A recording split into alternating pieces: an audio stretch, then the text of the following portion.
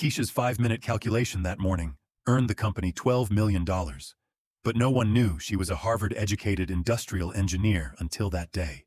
The alarm clock rang at 5:30 a.m., as it did every morning. Keisha Williams got out of bed in her small apartment in Atlanta, got out of bed, and looked out the window. The city was still asleep. The streets were quiet, with only a few early risers walking toward the bus stop. Keisha went to the bathroom, washed her face, and looked in the mirror. Her eyes showed fatigue, but also determination. This morning would be like the 1,000 mornings before it, but Keisha believed that every new day could bring a different opportunity. She put on her navy blue uniform and tied her steel-toed boots. The uniform bore the logo of Premier Logistics, one of the largest cargo companies in the Southeast. To everyone at work, she was just another driver, reliable, quiet, and invisible. But Keisha carried secrets heavier than any package she delivered. In her uniform pocket was a copy of her Harvard diploma, which she always carried with her as a reminder not to forget. She went to the kitchen, turned on the coffee machine, and took out the sandwich she had prepared the night before from the refrigerator. She brought her lunch from home every day to save money. Eating out was a luxury she couldn't afford. Once the coffee was ready, she poured it into her thermos mug. The hot steam touched her face, and for a moment, she closed her eyes. Maybe one day she would break free from this routine. Maybe one day do his real job, but for now, he had to survive. When she stepped out of her apartment, the air was cold, and her breath turned to steam. She got into her car, an old Honda Civic that was 8 years old but reliable. Keisha sometimes referred to it as her friend, because they had made long journeys together, and it had never let her down. She turned on the radio. The morning news had begun. Economy, technology, politics, it all felt so distant to her, like news from another world. The warehouse was buzzing with morning energy. Dozens of drivers were preparing for their routes. Forklifts moved between the high shelves. Supervisors shouted orders, and the familiar symphony of scanner devices filled the air. Keisha took her hand scanner and walked toward the truck assigned to her, number 847. This truck had been hers for 3 years. She knew every line, every sound. The engine's roar, the click of the gears shifting, the feel of the brake pedal. Everything was familiar.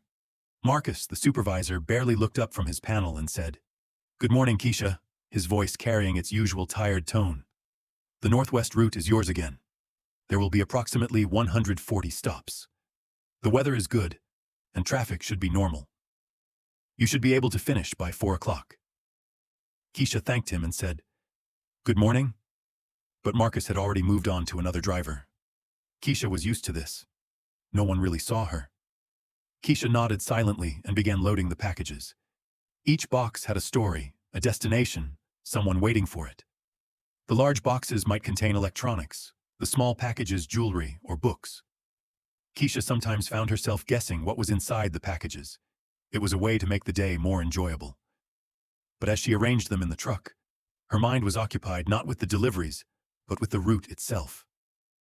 As she placed each package, a map formed in her mind. First stop, Grove Street. Second stop, Valley Road. Third stop, Pine Avenue, and so on. But Keisha didn't just know the stops. She also knew the shortest routes between them. She knew which streets would be congested at what times, how long she'd have to wait at which intersections, and which side streets would be faster. This knowledge came from years of experience using the same route, but it was also the result of her analytical thinking.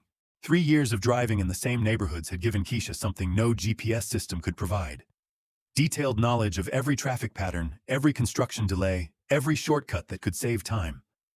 But more importantly, her trained eye saw inefficiencies everywhere.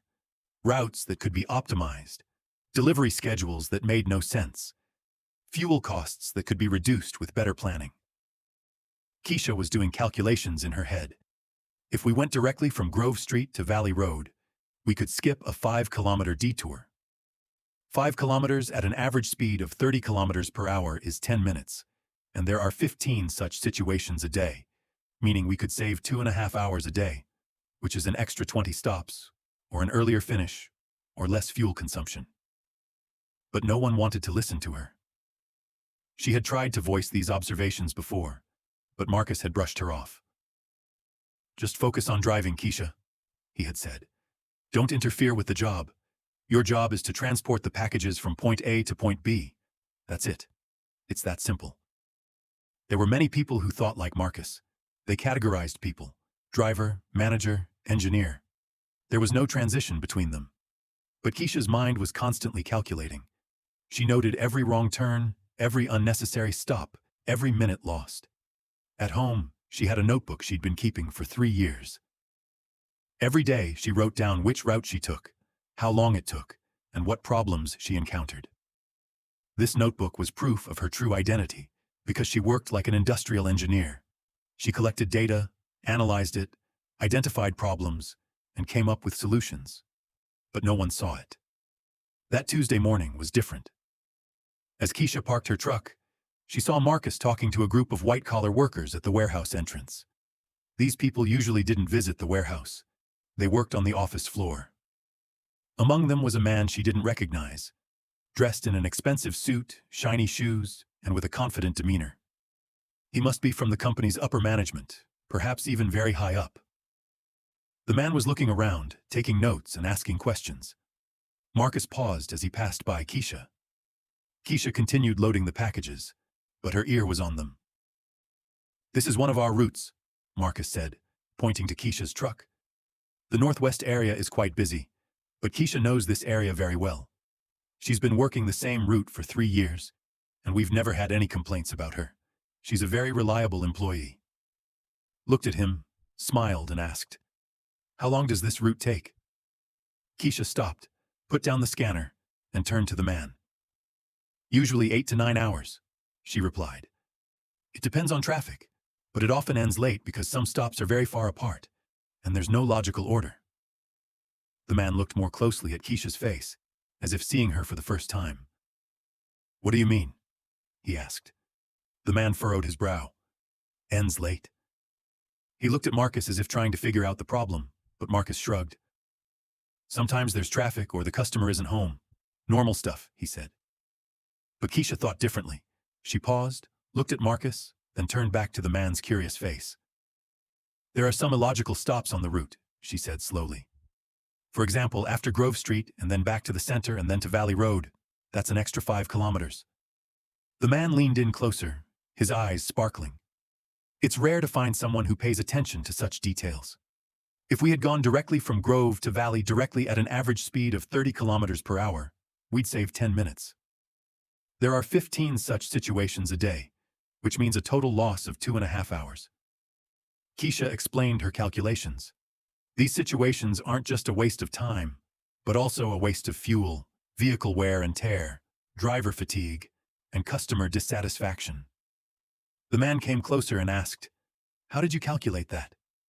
Keisha's heart raced. Had she talked too much? These calculations were entering a dangerous zone. "I'm just someone with route experience. These times caught my attention," she said, but her voice wasn't confident. The man didn't say anything, but there was something different in his eyes, as if he had found a treasure, as if he were seeing Keisha for the first time. Marcus wanted to end the conversation. "Let Keisha continue with her work," he said. "We'll keep the tour going. There are other routes to show." But the man couldn't take his eyes off Keisha. "1 minute," he said. "Ms. Keisha, can we talk more about these matters?" Marcus's face changed. This wasn't normal. Drivers didn't talk to senior managers. Keisha swallowed and said, "Of course." But there was hesitation in her voice because situations like this could result in dismissal. Maybe she had talked too much. Maybe she had crossed the line. But the man was smiling, and that seemed like a good sign. "I'm David Thompson, the operations director," he said. "I have a few questions for you. Do you have a moment?" Marcus was surprised. The operations director didn't usually talk to the drivers. This was a very rare occurrence. Keisha was also surprised, but at the same time excited. Maybe this was her chance. "We can talk," she said. Thompson looked around. "Not here," he said. "We can talk more comfortably in my office." Marcus looked at Keisha. There was both curiosity and concern in his eyes. He didn't understand what was going on. Thompson turned to Marcus. "Can someone else take over Keisha's route today?" Marcus nodded. Of course, sir. I'll take care of it. Thompson turned to Keisha. Then I'll be waiting for you, he said and walked away. Keisha's hands and feet were shaking. What was going on? Marcus approached her. Be careful, Keisha, he said. Don't talk too much when talking to upper management. Don't get yourself into trouble. The next day, Keisha came to work as usual, but the atmosphere was different. The other drivers were looking at her strangely, because the news that the operations director had called her had spread. No one knew why, but everyone was curious. Keisha probably thought she was in trouble because upper management only spoke to lower-level employees when there was a problem. Marcus approached her. Keisha, he said, his voice tinged with a strange tone.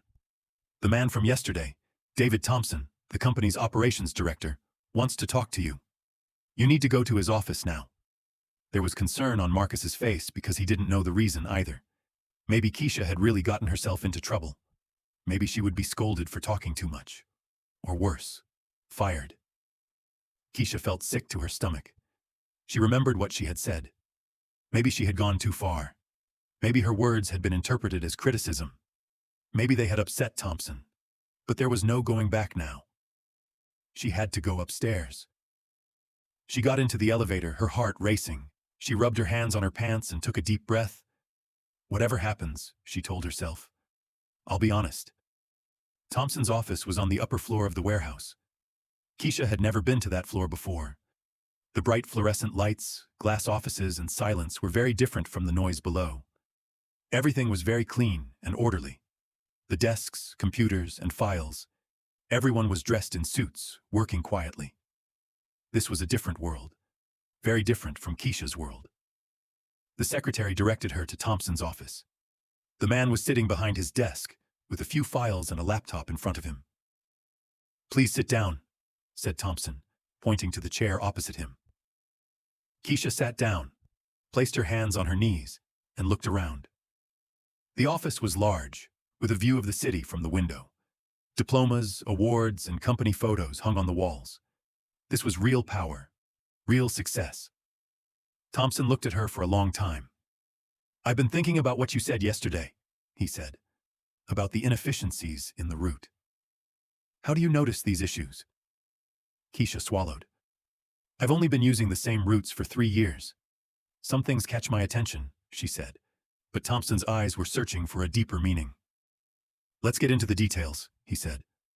Where does the shortcut from Grove Street to Valley Road go? Keisha was surprised. This was a very specific question. If you turn onto Maple Avenue, it connects directly, she said. There's also less traffic that way. Thompson took notes. How do you calculate these figures? How did you calculate the 10-minute savings? Keisha hesitated.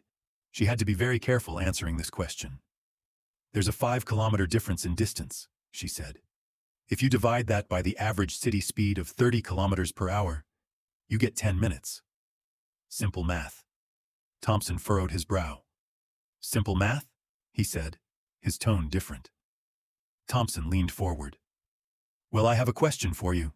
If we gave you complete freedom for this route, how would you plan it? Keisha's eyes lit up. This was the moment she had imagined, but it was also a dangerous moment because it could reveal her true identity. But she held back. First, I would analyze the current situation, she said. I would collect the coordinates of each stop, the package density, and the traffic data. Then, using mathematical optimization algorithms, I would calculate the shortest and fastest route. Thompson's face changed. Did he say algorithm? His voice sounded more serious. Keisha understood that she had gone too far. She said, What I mean is, I'll find the best way through trial and error. But Thompson's eyes were already saying something else. He wasn't just a driver. There was more to him than that.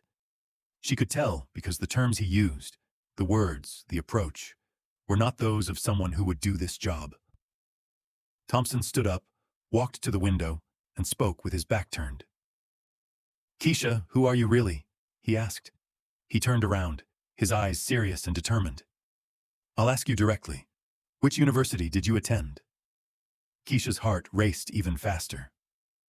I'm a high school graduate, she said, but her voice didn't even sound convincing to herself, because the terms she had just used were the kind of things a high school graduate wouldn't know. Thompson smiled, but it wasn't a sincere smile. "Keisha, which university did you attend to study industrial engineering?" he asked, sitting down at his desk and keeping his eyes on Keisha. The game was over. Continuing to lie was pointless because Thompson already knew, or at least suspected, who Keisha was. Silence filled the room. Keisha's hands were shaking. "I don't know what you're talking about," she said, but there was no conviction in her voice. Thompson didn't give up. "Because the terms you used yesterday, mathematical analysis of routes, coordinate system optimization, these aren't random words. These are basic concepts of industrial engineering, aren't they? How would a driver know that?" Thompson stood at his desk and approached Keisha. "Has this company been missing out on your potential for the past 3 years?" he asked. "Or are you really hiding who you are? One of these two options is correct, and I want to know which one it is because what you said yesterday could be the solution to this company's operational problems. But for that, I need to know who you are." Keisha lowered her head and remained silent for a long time. She was torn between speaking up and staying silent. Should she reveal the truth she had been hiding for 3 years? There was a risk of losing her job, but there was also a chance for change. Finally, she raised her head, her eyes filled with tears. "Harvard," she said, her voice tinged with defeat. "Harvard University. I studied industrial engineering there and graduated in 2019. Thompson held his breath. "So, what are you doing here?" he asked, his voice softer now that he knew the truth. He was curious about Keisha's story. How had a Harvard-educated industrial engineer ended up as a cargo driver? It didn't make sense, but it was true. Keisha took a deep breath and began to tell her story. "After graduating from Harvard, I started looking for a job, but I kept getting rejected. They wanted experience, but you need a job to gain experience. It was a vicious cycle. I applied for a few entry-level positions, but the salaries were too low. My mother was sick, my father was gone, and my brother needed money to finish high school. I had to work, and I had to work immediately." Thompson listened without interrupting because the story sounded familiar. He had heard similar stories before, stories of talented people being left out. Keisha continued, "Then I saw a driver position at Premier Logistics. The pay was good, there was insurance, and I could start immediately. I thought it would be temporary, that I'd find another job after a year. But time passed, it became a habit, and now it's been 3 years." "Why didn't you reveal your true identity during that time?" Thompson asked. Keisha shrugged because no one asked, and I didn't have the courage to tell them. I thought maybe they'd look down on me, or maybe no one would believe me, or maybe I'd lose my job because I needed this job. I needed to get paid every month to survive. Thompson understood the situation because it wasn't just Keisha's problem. It was also a systemic problem because the system categorized people and didn't allow them to move out of those categories.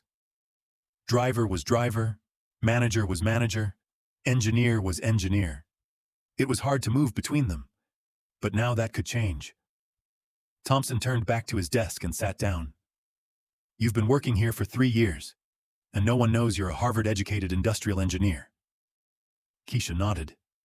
"Yes, because no one asked, and I didn't have the courage to tell them. I thought they might look down on me," she said. But now the truth was out, and it was both scary and liberating because she no longer had to hide it. She could now say who she was and show her potential. Thompson took out a file and placed it on the table. Keisha said, "Let me explain why I'm asking you these questions. We are currently facing a huge problem.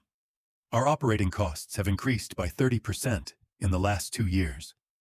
Customers want faster delivery, but our system can't handle it. Our competitors are starting to overtake us. If we can't find a solution, we could face serious problems. There could be layoffs or even branch closures." "This is your problem," Thompson continued, "because you work here, and if the company goes under, you'll lose your job. But it's also your opportunity because you have the knowledge to solve the problem. You have both theoretical and practical experience, what you learned at Harvard, and your 3 years of field experience." Keisha opened the file, page by page, data, Routes, timelines, cost calculations, graphs, tables, maps. Her eyes lit up because this was her field. This was her playground. The kind of data she had been craving for 3 years. The kind of problems she could analyze and solve. Thompson continued, "There's an offer for you, but first I want to know how you would propose to solve these problems." Keisha examined the file more carefully. The data began to take shape in her mind. Patterns emerged, problems became clear, and solutions crystallized.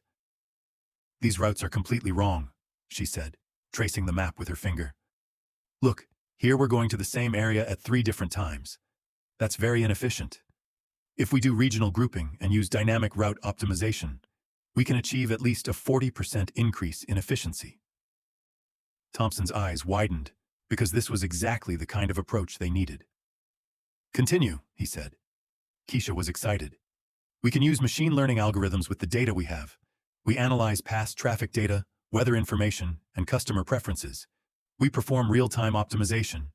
Every day, delivery routes are automatically planned in the most efficient way. The system continuously improves itself." "Additionally," she said, gesturing with her hands because she was so excited about the topic, "we can also optimize warehouse layout. If frequently used products are placed near truck loading points, loading time can be reduced by at least half, which means more daily deliveries or the same number of deliveries in less time." Thompson didn't miss a word, taking notes and asking questions. In addition, Keisha said that a driver training program is also necessary because even the best system is useless if it is not used correctly. Drivers are taught the most efficient driving techniques, fuel-saving methods, time management, and customer relations. This both increases efficiency and improves driver satisfaction. Then Keisha paused and asked, "Am I talking too fast?" Because she had noticed that Thompson's gaze had changed. He was no longer looking at her as a driver, but as an engineer. Thompson smiled and said, "No, on the contrary. Keep going. Your approach is very comprehensive and professional, and your knowledge of these topics is truly deep." "Okay," said Thompson. "How long will it take to implement these changes?" Keisha thought for a moment and said, "We'll need 3 weeks for the pilot program. We can start with 5 routes, measure the results, analyze them, and then gradually roll it out across the entire operation. It will be fully active within 6 months, but we'll need a team, software, a budget, and most importantly, support from upper management." Thompson made an unexpected offer to Keisha that day. "I'm giving you 2 weeks," he said. "I'll arrange for your temporary transfer to the operations department to optimize these routes. Your salary will remain the same during this period, but your job description will change. You'll now be analyzing data, collecting information, and developing solutions. If your suggestions prove effective and deliver the expected results, we could offer you a permanent position." Keisha's world suddenly changed. "Is this real?" Keisha asked, unable to believe her eyes, because the opportunity she had been waiting for 3 years had finally knocked on her door. Thompson nodded. "It's real," he said, "but there's one condition. If this project fails, you'll return to your old position, and what we've discussed will remain between us. Okay?" Keisha didn't hesitate. "Okay," she said, shaking his hands. "Thank you. I won't let this opportunity slip away." 2 days later, Keisha found herself sitting at a small desk in a corner of the operations department, surrounded by glass walls so that other employees could see her. She had all the company's route data in her hands, dozens of pages of tables, maps, customer information, timelines, and cost calculations, the kind of work she had longed for over the years. The Thompson project provided her with a new computer and the necessary software: Excel, Power BI, AutoCAD, and other analysis programs. The first day was spent solely reviewing the data. Keisha pored over pages of tables on the screen, as every single data point was important, because understanding the small details was necessary to see the big picture. How long each route took, how fast each driver was, which areas were more congested, when traffic increased, and how weather conditions affected deliveries. Everything was important. The first week was spent analyzing the data.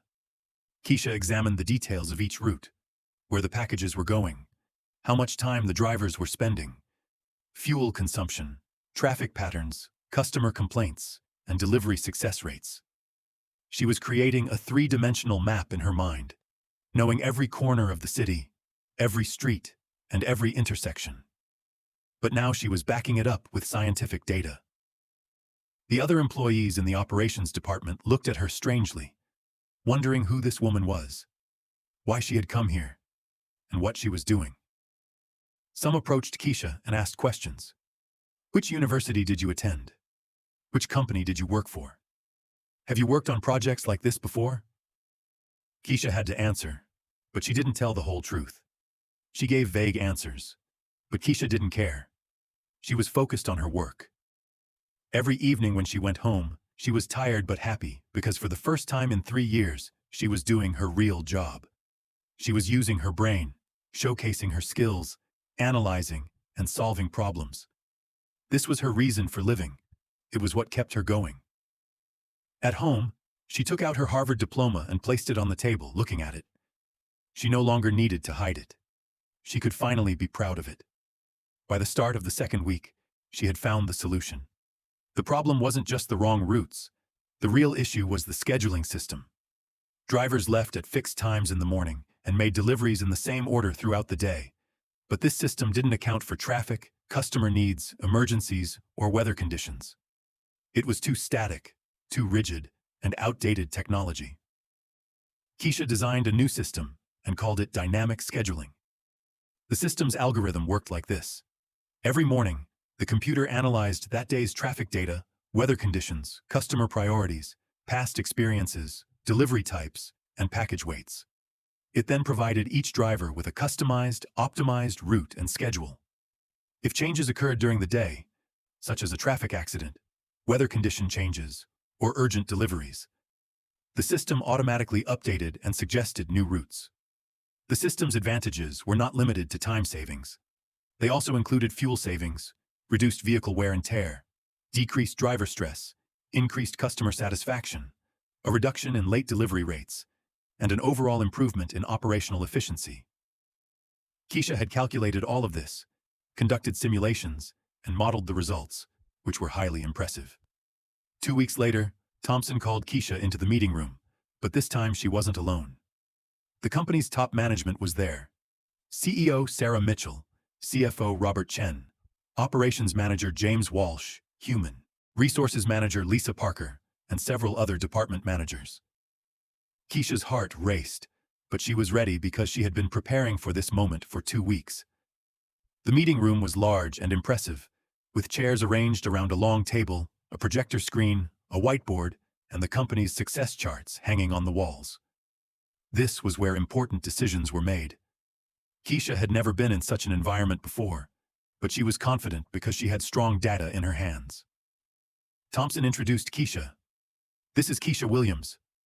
She has been working on our operational issues for the past 2 weeks.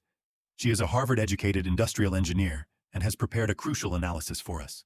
This analysis could change the future of our company. CEO Mitchell looked surprised. A Harvard graduate? Where has she been working before? Wasn't she a delivery driver? Thompson explained that Keisha had been working as a driver for us for 3 years, but no one had known her true identity until now. She is an expert with field experience, possessing both theoretical knowledge and practical experience, so she can view our problems from both an academic and a field perspective. A very rare combination. Keisha stood up and began her presentation.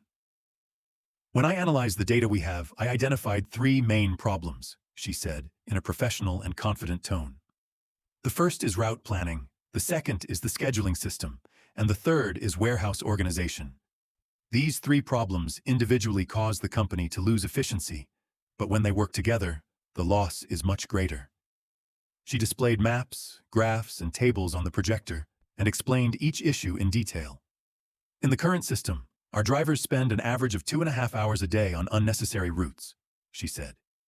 This means a loss of time, fuel, and opportunity, because during this time they could make additional deliveries or finish earlier and increase customer satisfaction. Then he began to present the solution. With the new system, he said, we can achieve the following: a 45% reduction in fuel costs, a 30% improvement in delivery times, a A 25% increase in customer satisfaction, a 35% increase in driver productivity, and most importantly, an annual cost savings of $12 million. The room fell silent because these numbers were so large. CEO Mitchell leaned forward and asked, "Are these calculations certain?" His voice sounded serious. Keisha nodded. "These are conservative estimates. The actual numbers could be higher because the system has learning capabilities and will become more efficient over time." Mitchell looked at the other managers and then turned to Keisha. "So, when can we implement this system?" Keisha was prepared because she had been expecting this question. "We need 3 weeks for the pilot program," she said. "We can start with 5 routes, measure the results, analyze them, and if it's successful, we can gradually roll it out across the entire operation. It will be fully active within 6 months. But for that, we need 3 things: technology investment, staff training, and change management." CFO Chen asked, "What is the cost?" Keisha showed the table she had prepared. "The initial investment is $150,000, but savings begin in the first year. By the end of the 3rd month, the investment will have paid for itself, and after that, it's pure profit." Thompson was smiling, but the CEO was thoughtful because this was a major change. CEO Mitchell stood up and said, "This presentation is very impressive, but I have a question. Where does your experience in these areas come from?" Keisha took a deep breath and said, "I studied industrial engineering at Harvard, but my real experience comes from the field knowledge I gained over the past 3 years working here. I was able to combine theoretical knowledge with practical experience." 3 weeks later, the pilot program began. Keisha implemented the new system on the 5 routes she had selected. These routes represented different regions and difficulty levels, so they could see how the system. That day at lunch, Keisha visited the warehouse. Her old co-workers saw her, but they looked at her differently now, with respect, admiration, and pride. Because one of them had succeeded, risen, changed, yet remained humble, and hadn't forgotten them. One of the young drivers approached her and said, "I also want to study engineering, but I don't have the means," in a hopeless tone. Keisha looked at him with understanding in her eyes. "Nothing is impossible," she said. "Be patient, wait for your opportunity, and be ready because when that opportunity comes, you have to be ready. I prepared for 3 years, learning every day, taking notes, analyzing, and when my opportunity came, I was ready. You should prepare too." That evening, on her way home, Keisha hung her Harvard diploma on the wall.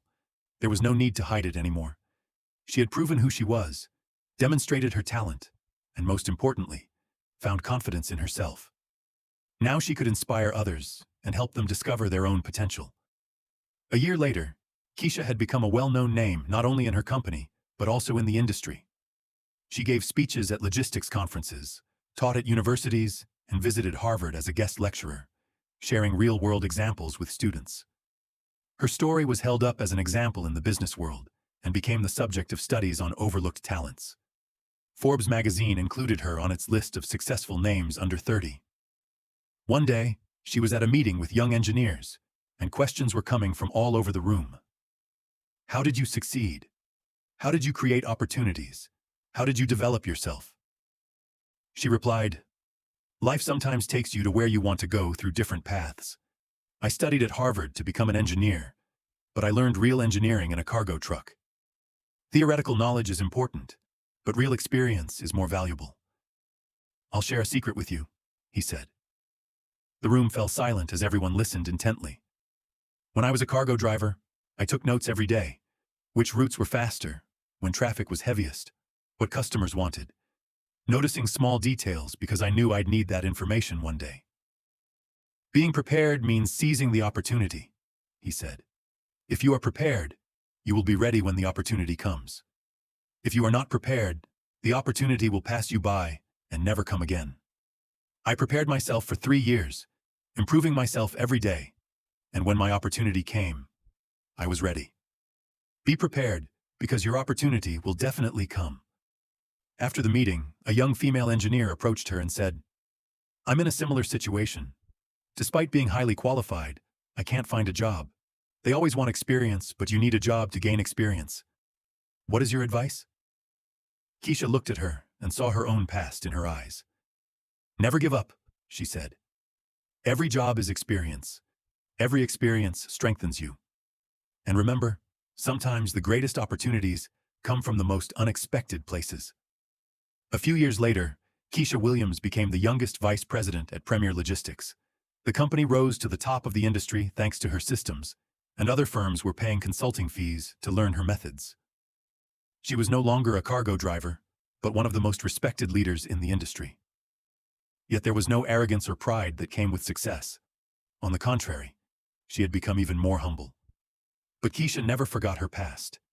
Every week she would go down to the warehouse, talk to the drivers, and listen to them because she knew that the most valuable ideas sometimes come from the most ordinary-looking people, and the greatest potential can be hidden in unexpected places. She was a living example of this. On the wall of her office were the words, "Don't hide your talents because the world needs them. Be ready because your opportunity may come at an unexpected moment. And remember, your true value is not measured by what you wear or where you work, but by the potential within you." These words served as a reminder not only to her, but to everyone who visited her office. Keisha's story was not just an individual success story. It also showed how society overlooks talent and approaches it with prejudice, how the system categorizes people and makes it difficult for them to break out of those categories.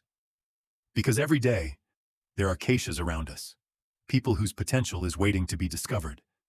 And perhaps, the next big opportunity will be created by someone you never noticed. Keisha's story was inspiring because it showed that no matter what situation you're in or what job you're doing, you can keep developing your potential, be ready, and seize the opportunity when it comes. The important thing is not to give up, to keep improving yourself, and to wait for the right moment. So, in your opinion, is a diploma or experience more important for discovering a person's true potential? If you're in the diploma group, write the letter D, and if you're in the experience group, write the letter E. Let's see who's right. Have you ever been underestimated but later regretted it? How did you get through that moment? Share your experiences in the comments, because your story might inspire someone else. If Keisha's story touched you too, subscribe to our channel, because more inspiring stories are waiting for you. Turn on notifications so you don't miss stories about overlooked potential. And remember, you have a story too. Maybe your story will shed light on others, or maybe your experience will change someone's life. So share, comment, and remember. The biggest changes start with the smallest steps.